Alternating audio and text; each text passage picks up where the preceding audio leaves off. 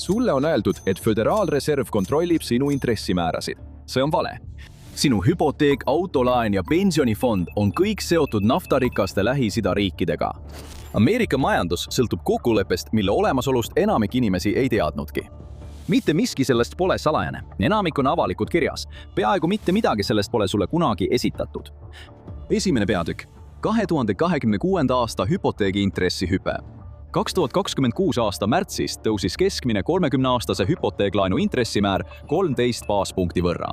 See on suurim nädalane tõus peaaegu aasta jooksul.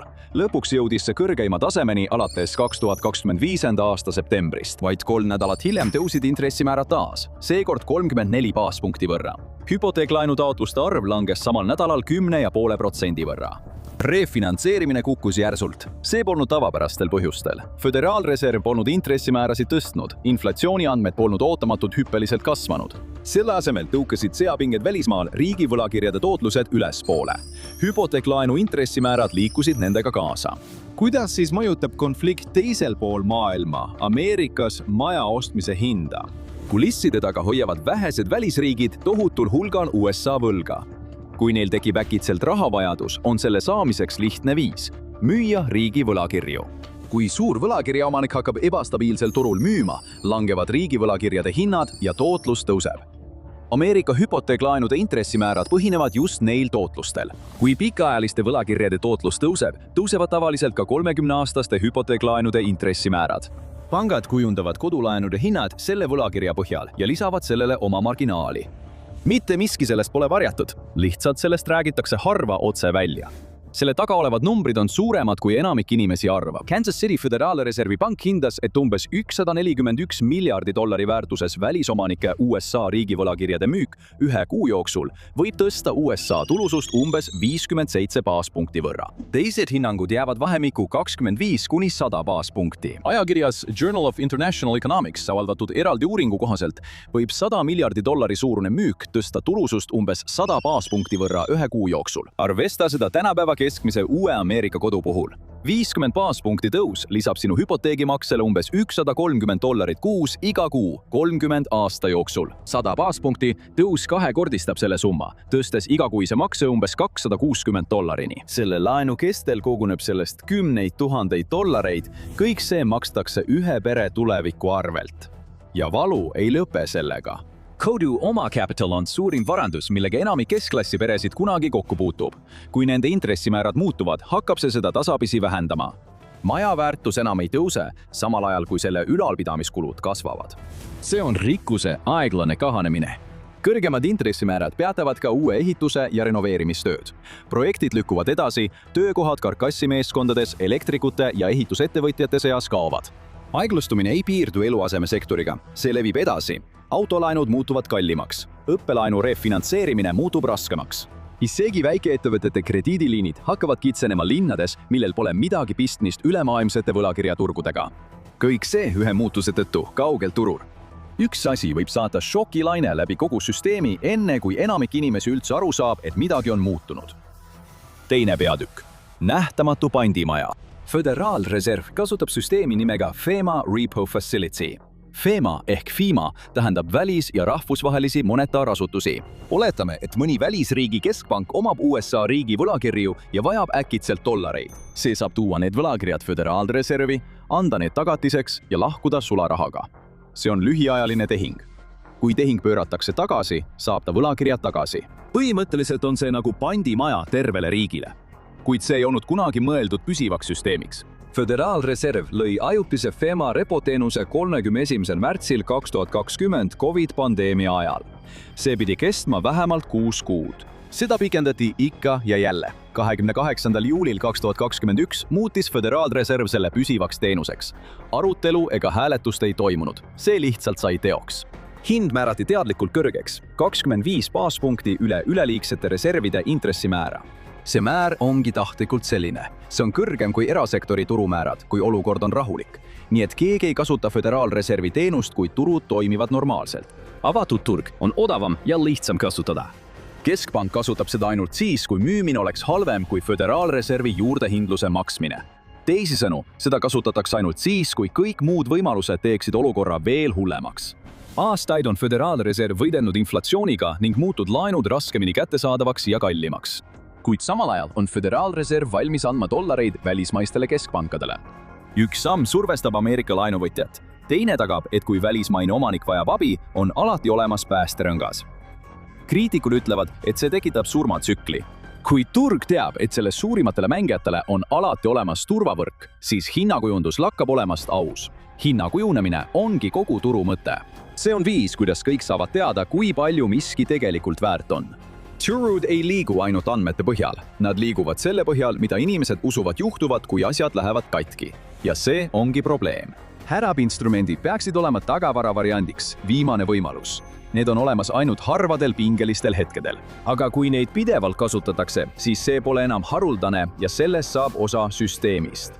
FEMA muutus vajalikuks, sest USA võlakirjade tavapärased ostjad ei täitnud enam oma ülesannet nii usaldusväärselt nagu varem. Kuid hoiatusmärgid olid olemas. 3. peatükk. Hoiatus, mida keegi ei märganud. 2019. aasta 17. septembril tõusis ootamatult repomäär. Intressimäär, mida pangad maksavad raha laenamiseks üleöö turvaliste riigi võlakirjade tagatisel. See tõusis ühe päevaga umbes 2,4%-lt üle 5%. Ühel hetkel tõusis see korraks isegi kahekohalise protsendini. Turul, mis liigub harva ühe seansi jooksul. 20 baaspunkti on see hoiatusmärk ja midagi suurt polnud juhtunud. Põhjus oli igav. Ettevõtete maksude tasumine tõmbas süsteemist raha välja, samal ajal kui suur riigikassa arveldus võttis veelgi rohkem likviidsust ära. Ligikaudu $120 miljardit kadus ühe päevaga kättesaadavatest reservidest. Asutused, mis tavaliselt neid lünki siluvad, ei sekkunud piisavalt kiiresti. Mitte sellepärast, et neil oleks olnud probleeme, vaid kuna 2008. aasta järgsetest reeglitest ja stiimulitest tingituna olid nad selliste sammude suhtes ettevaatlikum. New Yorgi Föderaalreserv reageeris tundidega. See süstis $75 miljardit ja kordas seda operatsiooni iga päev ülejäänud nädala jooksul. Siin tõmbas Föderaalreserv piiri. Raha voolas süsteemist välja etteaimatavatel viisidel. Maksude tasumised, riigikassa arveldused, tavalised sündmused. Kuid süsteemi ei olnud jäänud puhvreid, et neid neelata. Keegi vastutajatest ei suutnud enam kindlalt öelda, kus turvaline tase tegelikult asub. Nii tegi Föderaalreserv 2 aastat hiljem. 2021. aasta juulis selle püsivaks. See muutis oma erakorralised repotehingud analiseks reporahastusvõimaluseks USA pankadele. See oli püsiv lubadus sekkuda ja laenata raha alati, kui erasektor seda ei tee. See oli sama päeval, kui loodi FEMA mehhanism. Üks kodumaine, teine ülemaailmne, mõlemad loodud samal põhjusel, et tagada, et likviidsusprobleemid ei saaks enam kunagi süsteemi niimoodi raputada nagu 2019. aastal. Ja sellest sai mall kõigele, mis järgnes. 4. peatükk. Jaapani pööre. Pikka aega olid Jaapani institutsioonid Ameerika riigivõla ühed stabiilsemad hoidjad. Need olid piisavalt usaldusväärsed, et turud pidasid neid enesestmõistetavaks. Jaapani raha üle Vaikse ookeani tõmbas tehing nimega Carry Trade. Jaapani intressimäärad püsisid aastaid peaaegu nulli lähedal. Investorid said jeene peaaegu tasuta laenata, vahetada need dollariteks ja osta siis kõrgema tootlusega USA varasid. Vahe muutuski kasumiks. Aastaid liikus tohutul hulgal kapitali just selle ühe tehingu kaudu. See ei tundunud tavapärases mõttes spekuleerimisena. Raha liikus nii järjepidevalt, et see ei paistnudki enam liikumisena. See toimis nagu varjatud stabilisaator kogu riigi võlakirjaturu all. Ja see kõik muutus. 2025. aastal Jaapani pank loobus oma pikaajalisest ülimalt lõdva poliitika ajastust. See tõstis oma baasintressimäär järk-järgult. 2025. aasta detsembriks oli see määr 0,75%, mis oli kõrgein tase 3 aastakümne jooksul. Tõus tundus väike, kuid selle mõju polnud sugugi väike. Carry Trade toob kasumit ainult siis, kui laenatud raha on tasuta. Hetkel, kui jeen lakkas olemas tasuta, hakkas vahe, mis õigustas seda tehingut vähenema. Veelgi hullem Washingtoni jaoks oli see, et Jaapani võlakirjade tootlus tõusis kodumaal üle 2%. Jaapani investoritel tekkis äkitselt põhjus oma raha tagasi tuua. Nad said oma enda valuutas turvalist tulu teenida. Raha, mis oli terve põlvkonna jooksul välja voolanud, hakkas tagasi pöörduma. Jaapani tagasitõmbumine saabus ajal, mil USA võlakirjade emiteerimine püstitas rekordeid. Täpselt sel hetkel vajas Washington rohkem võlga müüa kui kunagi varem ning üks tema kõige usaldusväärsemaid ostjaid hakkas taanduma. See ei põhjusta kohest kriisi, kuid muudab süsteemi aluseks olevat tasakaalu. Sest kui laenajal on äkitselt rohkem raha vaja, samal ajal kui pikaajaline laenuandja ostab vähem, peab see pinge kuhugi kanduma. Välismaine aeglustumine polnud isegi kogu probleem. kui see puhver välismaal õhenes, kasvas samal ajal Ameerika Ühendriikides endas vaikselt teine survepunkt, mis oli piisavalt suur, et omal jõul mõju avaldada. 5. peatükk. $1 triljoni tähtaja müür. Washington ei ole ainus laenaja Ameerikas, kelle elu või surm sõltub refinantseerimisvõimalusest. Föderaalarvude all peitub teinegi võlakoorem. Enamik inimesi ei mõtle sellele enne, kui see neid tabab. Ärikinnisvara. Alates kesklinna büroohoonest kuni maanteeäärse kaubanduskeskuseni, peaaegu mitte miski sellest pole rahastatud laenudega, mis end aja jooksul ise tagasi maksavad. Need laenud tuleb täies mahus tagasi maksta. Peaaegu $1 triljon kinnisvaralaene pidi ainuüksi 2025 aastal tähtajale jõudma.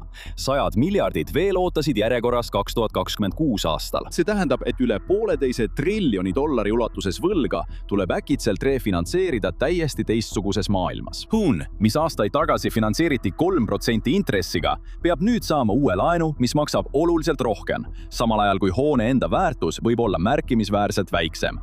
Paljude kinnisvarade puhul ei jää enam piisavalt tulu, et numbrid klapiksid. Seetõttu kasutavad laenuandjad võtet, mida nimetatakse pikenda ja teeskle. Ja see ongi täpselt see, nagu nimigi ütleb. Pangad pikendavad laene ja lükkavad tähtaegu aasta või 2 võrra edasi. Nad väldivad praegu kahjumi fikseerimist ja loodavad, et olukord paraneb enne, kui probleem uuesti esile kerkib. Iga samm eraldi võetuna kõlab mõistlikult, kuid kogu süsteemi peale hakkavad need viivitused üksteise otsa kuhjuma. Nii suur refinantseerimislaine, mis tabab nii kiiresti, on tohutu. See on võlg, mis on võrreldav terve keskmise suurusega riigi majandusega, mis vajab äkitselt uusi tingimusi. Kuid see ei ole mingi kauge riigivõlakriis, see on Ameerika kinnisvara. Suur osa sellest võlast vormistati hoopis teisel ajastul, kui intressimäärad olid madalad ja kinnisvara väärtused palju kõrgemad kui praegu. Mõned sektorid said rohkem pihta kui teised. 35% hotellide hüpoteeklaenudest ja 24% büroohoonete hüpoteeklaenudest jõudsid sel aastal tähtajani. Büroodel on veel üks lisaprobleem. Töömaailm lõpetas nende kasutamise COVID-pandeemia ajal ning kodus töötamine sai uueks reaalsuseks. Vähem töötajaid tuli tagasi ja hooned jäid tühjaks, seega langes nende väärtus loomulikult. Nüüd tuleb laenud tagasi maksta kinnisvara eest, mis on vähem väärt kui siis, kui võlg algselt võeti. Hotellidel on sarnane probleem. Nende tulud kõiguvad vastavalt reisinõudlusele ja konverentsi eelarvetele. Mõlemad vähenesid. See surve ei jää kinnisvarasektorisse. See kandub otse pangandussüsteemi, eriti väiksematesse piirkondlikesse ja kogukonnapankadesse. Neil on tavaliselt oma bilansis tohutul hulgal ärikinnisvara võlga. Ja need on samad pangad, millele paljud väikeettevõtted iga päev toetuvad. Pank, millel on vaikselt probleemsed kinnisvaralaenud, muutub ettevaatlikumaks. Laenutingimused karmistuvad. Väikeettevõtetel on raskem laieneda. Esmakordsed koduostjad surutakse veelgi rohkem nurka. Siin hakkavad tükid omavahel seostuma. Varem hakkas välisnõudlus USA võlakirjade järele vähenema. Nüüd karmistub ka siseriiklik krediit. 2 eraldi survepunkti hakkavad üksteise vastu töötama. Ja kuna kahjud pole veel täielikult avaldunud, satub süsteem kummalisse seisundisse. Kõik teavad, et pinge on olemas, aga keegi ei taha olla esimene, kes selle täielikult hindadesse arvestab. Pangad pikendavad laenu või kirjutavad tingimused ümber. Nad võivad anda laenuvõtjale rohkem aega. Tehniliselt võib laen paberil ikka veel kehtiv välja näha, sest makseid tehakse uue kokkuleppe alusel edasi, kuid kahjud ei kao kuhugi. Need lihtsalt seisavad seal, vaikselt kuhjudes, kuni süsteemil saab ruum otsa nende edasilükkamiseks. 6. peatükk. Dollari likviidsuse kitsikus. Pärsia laht toimib pidevalt Ameerika valuuta toel. Nafta hind on dollarites. Eksporditulu tuleb tagasi dollarites. Riiklikud investeerimisfondid mõõdetakse kõik dollarites. Kui Iraani sõda puhkes 2026 aasta veebruari lõpus, oli sellel konfliktil globaalne mõju. Hormuzi väina sulgemine peatas umbes 1/5 maailma naftavoolu. Naftahinnad tõusid ja koos nendega kasvasid ka inflatsiooni ootused. Riigi võlakirjade tootlused ja hüpoteeklaenude intressimäärad järgnesid sellele. Kui ebastabiilsus piirkonnas levis, hakkasid laheäärsed valitsused dollari likviidsust üha rohkem kasutama. Neid riike kujutatakse tavaliselt laenuandjatena, raharikaste jõududena, kes ostavad pilvelõhkujaid, spordimeeskondi ja osalusi ettevõtetes üle kogu maailma. Aga kui dollarite rahastamine muutub kitsamaks, tunnevad mõju isegi nemad. Riigid, mida kujutletakse finantsiliselt puutumatutena, sõltuvad ikkagi samadest föderaalreservi mehhanismidest nagu kõik teisedki. Kui surve kasvab, vajavad ka nemad dollaritele ligipääsu, kiiresti. See tähendab, et täieliku iseseisvuse kuvand pole kunagi päris tõeline olnud. See näis kindlana ainult siis, kui dollari likviidsus oli lihtsasti kättesaadav. Ja just siis seisavad välispangad raske valiku ees. Nad kas müüvad tohutu hulga riigi võlakirju juba niigi pingelisele turule, kuid see tekitab kohe omaette probleemi. Müük surub võlakirjade hinnad alla ja tootlused üles, mis tähendab, et ka nende võlakirjade väärtus, mis sul veel alles on, langeb. Sa lahendad rahaprobleemi, kahjustades samal ajal omaenda bilanssi. Seega enamik ei taha seda teha, välja arvatud juhul, kui nad tõesti peavad, mis tähendab, et nad kasutavad selle asemel Föderaalreservi dollari tagatisi. Nad leenavad dollarid, annavad tagatise ja väldivad võlakirjade turule paiskamist. Ja see otsus võib mõjutada ka Ameerika majapidamisi. Kui piisavalt palju riigivõlakirju jõuab korraga turule, tõusevad tootlused. Koos nendega tõusevad ka hüpoteeklaenude intressimäärad. Ka pensioniportfellid saavad pihta. Üks likviidsusotsus välismaal võib muuta maja igakuist makset tuhandete kilomeetrite kaugusel. Välispankade jaoks on see mõistlik. Ilma swap-liinide või repo võimalusteta pole neil muud valikut kui realiseerida riigivõlakirjad vabaturul. Ja selline sunnitud müük võib kiiresti spiraali minna, tõstes tulusust järsult ja destabiliseerides kõik, mis nendega seotud. Need tagatised on loodud selleks, et peatada see ahelreaktsioon enne, kui see üldse algab. Ja tehniliselt on need kokkulepped üles ehitatud nii, et kaitsta Föderaalreservi otseste valuutakahjude eest. Seega ei ole see lihtne päästepakett nii, nagu inimesed seda ette kujutavad. Aga laiem muutus on siiski reaalne ning korduv kasutamine muutub tavapäraseks ja seejärel süsteemi lahutamatuks osaks. 7. peatükk. Kes tegelikult seda võlga praegu hoiab? Võid ette kujutada dollari vahetust, mis toimub suitsustes tagatubades Washingtonis. Naftarikas Pärsia lahe riik tormab Washingtoni, esitab nõudmisi ja ähvardab riigi võlakirju müüa, kui ta ei saa, mida tahab. See ei käi nii. Kui vahetusliinide üle arutatakse, ei ole need ultimaatumid, vaid ettevaatusabinõud. Bridžid, kellel on tohutud reservid, tahavad kindlust, et kui turud külmuvad või dollari finantseerimine muutub kitsamaks, on neil siiski juurdepääs likviidsusele. Kuveidi USA riigivõlakirjade maht on tõusnud rekordilise ligi 66 miljardi dollarini. Araabia Ühendemiraatide varad ulatuvad kümnete miljarditeni ja kasvavad pidevalt, olles toetatud veelgi suuremate reservidega. Seega ei olnud tegemist pankrotis riikidega, kes paluvad päästmist. Nende kokkulepete tegelik eesmärk ei ole tingimata võlausaldaja päästmine, vaid riigi võlakirjaturu enda stabiliseerimine. Sest oht ei seisne ainult selles, et suur omanik kaotab raha. Oht seisneb selles, et suur omanik muutub ootamatult sunnitud müüjaks turul, mis juba niigi raskustes on. Sõna ennetav kannab siin väga suurt tähendust. See pole niivõrd hädaabist, vaid pigem sellest, et suured võlausaldajad oleksid piisavalt rahulikud, et jätkata võlakirjade hoidmist. See jätab Ameerika Ühendriigid ebamugavasse olukorda.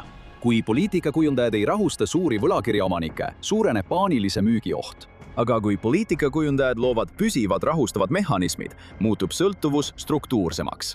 Reservvaluuta emitent hakkab juhtima tingimusi, mille alusel tema võlausaldajad jätkavad mugavalt tema rahastamist. Kumbki variant ei ole eriti puhas. Ja kui üks suurem hoidja hakkab ettevaatlikumaks muutuma, panevad teised seda tähele. Nii levibki finantskäitumine. Kui üks suur tegija hakkab riske maandama, hakkavad kõik teisedki mõtlema, kas nad peaksid sama tegema. Ja see on oluline, sest riigi võlakirjaturg põhineb ülemaailmsel eeldusel, mis on kestnud põlvkondi. USA valitsuse võlg peaks olema turvaline vara, kõige muu alus. Kuid vundamendid murenevad harva korraga. Tavaliselt kaob usaldus järk-järgult. Aastaid tuli USA võla vastu välisnõudlus peamiselt liitlasriikide keskpankadelt. Nad ostavad strateegilistel ja rahanduslikel põhjustel. Nad ei müü paaniliselt, kui üks kvartal läheb halvasti. Nüüd on see muutunud. 2024 aastal said välismaistest erainvestoritest USA riigivõlakirjades suurimad välismaised omanikud, edestades välisriikide valitsusi. Ja erasektori kapital käitub hoopis teisiti. Need ei ole institutsioonid, mis on loodud geopoliitilise stabiilsuse või pikaajalise reservihalduse nimel paigal istuma. Paljud neist on varahaldurid, riskifondid ja finantsvõimendusega kauplejad, kes teevad keerukaid riigivõlakirjade ja repotehinguid ülemaailmsete finantsvõrkude kaudu. Nende töö on liikuda, kui tingimused muutuvad, mis tähendab, et turg vahetas osa oma amortisaatorist millegi palju reageerivama vastu. 8. peatükk. Suur dollari turvavõrk. Föderaalreserv on võtnud endale rolli, milleks ta algselt loodud ei olnud. See on nüüd püsiv dollarite allikas mitte ainult Ameerika pankadele, vaid ka ülemaailmsele dollarite süsteemile, sealhulgas välismaistele keskpankadele. Inimesed võivad vaielda selle üle, kas Föderaalreservi rolli laiendamine ülemaailmses dollaritoetuses on hea või on see liigse sekkumise vorm. aga see laienemine on toimunud ja enamik inimesi ei ole teadlikud, kui kaugele see on läinud. Föderaalreservi kogukohustussüsteemi päästmiseks alates 2008. aastast ületab $29 triljonit. Sellest piisaks, et tasuda ühe tehinguga suurem osa Ameerika Ühendriikide riigivõlast. Mitte ühtegi dollarit sellest ei kasutatud tee ehitamiseks, kooli rahastamiseks ega majanduse tootlikumaks muutmiseks. Eesmärk oli kitsam. Hoides surve all olevat süsteemi selle eest, et ta peaks oma puudusi tunnistama. Iga dollar sellest ostis aega. Mitte ükski dollar ei toonud lahendust. Kõige selle juures pole vähenenud mitte raha, vaid iseseisvus. Ameerika jõukus oli kunagi peaaegu ise rahastuv, sest maailm oli valmis seda võlga vabatahtlikult hoidma, kuid see on nüüd nõrgenenud. Rohkem võlausaldaja toetub nüüd ametlikele tugimeetmetele, et turul püsida. Mitte erandina, vaid eeldades, et need on olemas, kui müügisurve tekib. Samal ajal on võlakirjade omanike baas muutunud liikuvamaks ja tundlikumaks intressimäärade ning likviidsustingimuste muutuste suhtes. See muutus tegi raskemaks loota ainult erasektori nõudusele, et stressi neelata. Föderaalreservi tugi ei ole enam ajutine. See ei ole enam väike. Süsteem toetub nüüd kahele asjale, mida ei saa iseenesestmõistetavaks pidada. Suurte omanike jätkuv valmisolek hoida USA võlga ja keskpanga püsiv tugi, kui nad seda ei tee. Ja see ei ole kokkuvarisemise ennustus. See on kirjeldus tingimustest, mis juba süsteemis eksisteerivad. Ja sellised tingimused ei jää igavesti teoreetiliseks. Aga oletame, et juhtubki halvim. Kuidas saab keskmine ameeriklane hakkama väärtusetu dollariga ja kes jääb tükke kokku korjama? Saa teada videos, mis juhtub, kui USA majandus kokku kukub. Või vaata seda videot.